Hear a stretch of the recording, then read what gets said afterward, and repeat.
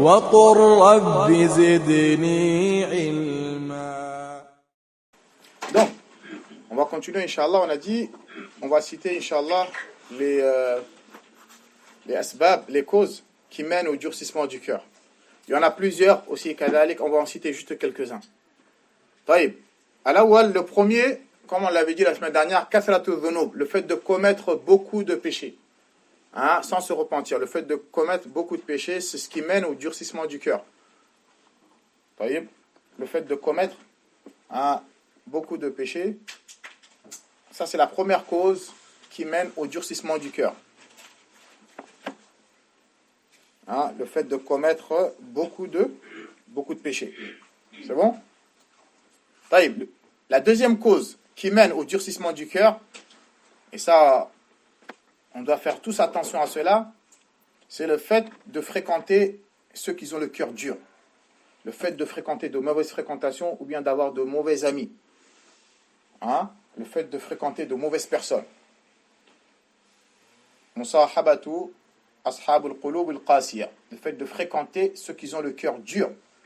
Ça contamine. C'est contagieux.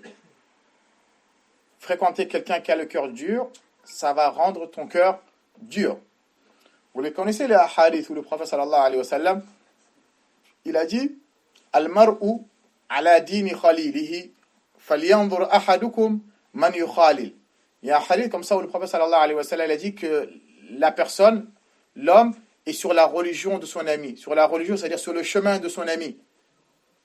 C'est-à-dire que tu es sur le chemin de la personne que tu fréquentes, tu es dans le même délire que lui, entre guillemets. Le prophète alayhi salam, à la fin du hadith, il nous a conseillé, il a dit Falyanzur, observez bien qui vous fréquentez. Observez bien qui vous prenez comme ami. Ne prenez pas n'importe qui comme ami. Prends comme ami une personne qui est mieux que toi.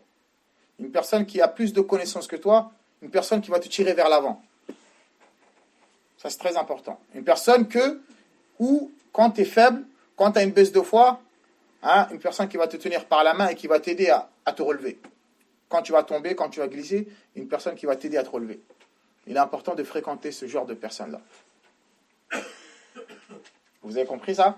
Ça, c'est le premier hadith. Le deuxième hadith, le prophète sallallahu alayhi wa sallam, vous le connaissez encore, sûrement, où le prophète alayhi salatu wa sallam, il a dit, l'exemple du bon compagnon et du mauvais, c'est comme l'exemple du vendeur de misk, de parfum et du forgeron.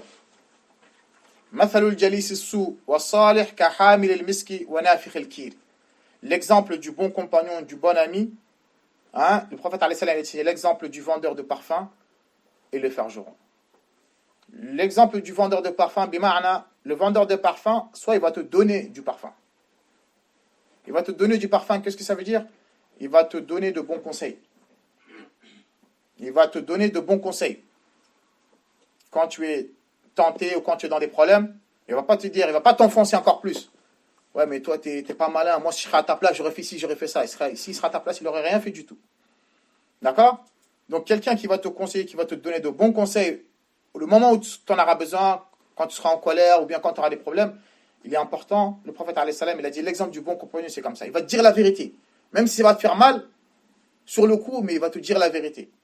C'est ça un bon ami. C'est pas quelqu'un qui va te mentir ou qui va te caresser le dos, et le jour où tu vas prendre conscience, il sera trop tard. Et cette personne-là, tu vas le détester encore plus. Mais une personne qui te dit la vérité, même si tu es énervé contre lui, demain, tu sauras que cette personne-là, franchement, il m'a dit la vérité. Et tu vas l'aimer encore plus.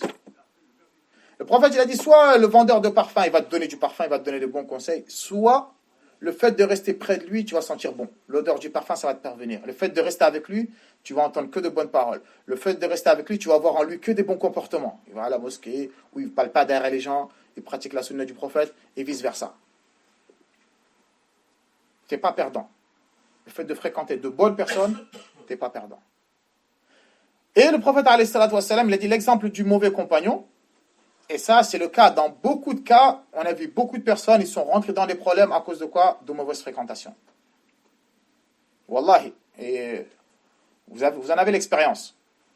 Il y a beaucoup de personnes, ils ont délaissé la prière à cause de leur fréquentation. Il y a beaucoup de gens, ils sont rentrés dans la drogue ou dans l'alcool ou dans d'autres choses à cause des fréquentations. Il y a beaucoup de personnes, qu'Allah nous en préserve, ils ont divorcé à cause de leur fréquentation, eux, ou bien la fréquentation de leur femme. La fréquentation, c'est très dangereux. Ensuite, il a dit l'exemple du mauvais compagnon, qui est le forgeron.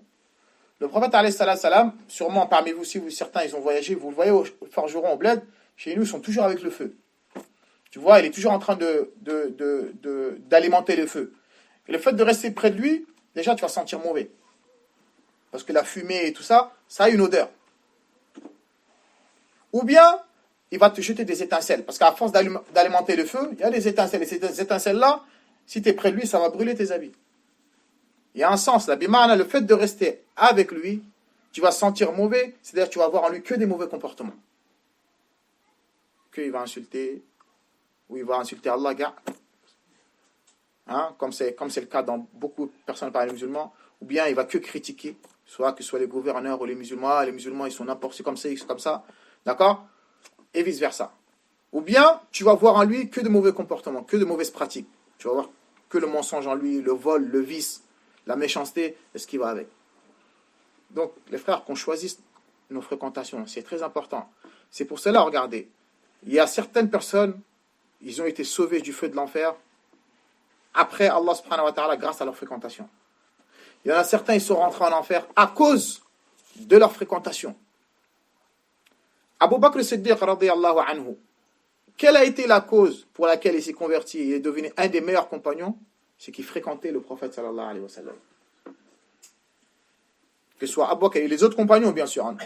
En général, quelle a été la cause pour laquelle ils ont été guidés? Ils ont fréquenté de bonnes personnes. L'exemple du mauvais compagnon, c'est un exemple répandu que les savants ils citent souvent, c'est l'exemple de Abu Talib. Vous connaissez tous Abu Talib? Abu Talib, c'est l'oncle du prophète sallallahu alayhi wa sallam. Son oncle, là, il est même père et même mère avec le père du prophète alayhi salam, Abu Talib. Et le prophète, il a grandi avec lui. Quand sa mère elle est décédée, ensuite son grand-père il est décédé, c'est Abu Talib qui s'est occupé de lui. Abu Talib, c'est le père de Ali ibn Abi Talib. Abu Talib, lorsqu'il allait agoniser, lorsqu'il allait mourir, le prophète sallallahu alayhi wa sallam, il voulait pour lui la guider, parce qu'il l'a beaucoup aidé, même contre les mécréants. Il l'a beaucoup aidé, il l'a beaucoup soutenu. Le prophète, lorsqu'Abu Talib il allait agoniser, le prophète il est venu le voir. Et avec ses mauvais compagnons aussi qui sont venus. Vous connaissez tous Abu Jahl. Vous entendez parler, Abu Jahl, c'est le plus grand ennemi du prophète sallallahu alayhi wa sallam. مفهوم هذا؟ Abu Talib, je sais pas c'est à qui ça. Abu Talib, Abu Jahl, c'est le plus grand ennemi du prophète sallallahu alayhi wa sallam. Il y en a, il l'appelle le pharaon de cette communauté. C'est le pharaon de cette communauté, Abu Jahl. Malgré que c'est son oncle aussi, c'est un des oncles du prophète alayhi salatu wa sallam. Et lui, c'était l'ami de qui? De Abu Talib. Un mauvais compagnon. Lorsque Abu Talib, avant d'agoniser, le prophète sallallahu alayhi wa sallam, il est venu à son chevet, il lui a dit, Ya Am, ô toi mon oncle, Qul la ilaha illallah, kalimatan uhajju laka biha inda Allah. Ô toi mon oncle, dis la ilaha illallah. Il n'y a pas d'autre divinité digne d'être adorée autre qu'Allah. Dis-le. Je témoignerai devant Allah subhanahu wa ta'ala le jour de la résurrection que tu l'as dit.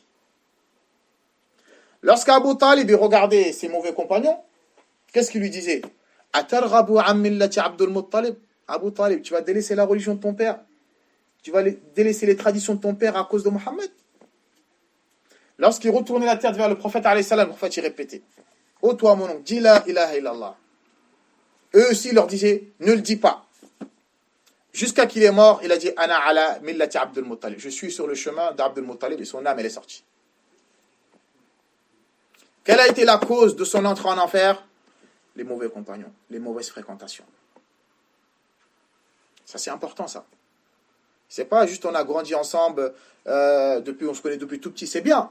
Mais si tu sais qu'il va t'apporter du khair, il va te pousser vers l'avant, il va t'aider dans ta foi et il va t'aider à emprunter le chemin du paradis, fréquente-le, cette personne-là. Il n'y a pas de souci. Mais une personne qui va t'inciter à faire que des choses haram ou autres, éloigne-toi de ce genre de personne-là. C'est pour toi ça, c'est pour ton bien à toi. C'est très important. Le fait de s'entourer de bonnes personnes, c'est très très important. Donc, entre guillemets, la deuxième cause du durcissement du cœur, c'est le fait de fréquenter de mauvaises personnes. Et ça, on en a vu à notre époque. Ça fait toi, tu vas pas le sentir du premier coup en disant, tu te dis, non, moi, t'inquiète pas, alhamdoulilah, je prends des cours d'Aqida, ou je prends des cours, t'inquiète pas, moi, tout va bien. Non. Ça vient petit à petit, en fait. À force de fréquenter de mauvaises personnes, où tu vas avoir de mauvaises habitudes, tu vas commencer à vous dire de mauvaises paroles, ça va venir du jour au lendemain, tu vas te trouver dedans sans savoir comment t'es rentré dedans. Ça vient pas du jour au lendemain. Donc, faisons en sorte de fréquenter de bons amis, de bonnes personnes qui vont nous donner de bons conseils. Ça, c'est très, très important. Ça, c'est la deuxième chose.